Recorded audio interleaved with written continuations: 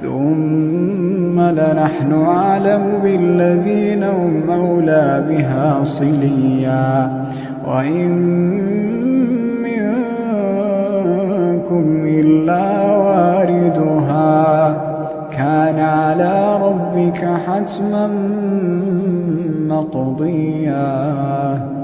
ثم ننجي الذين اتقوا ونذر الظالمين فيها جثيا وإذا تتلى عليهم آياتنا بينات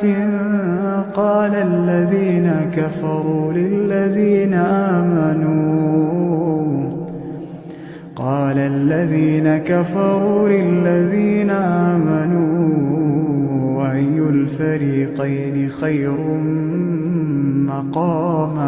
أي الفريقين خير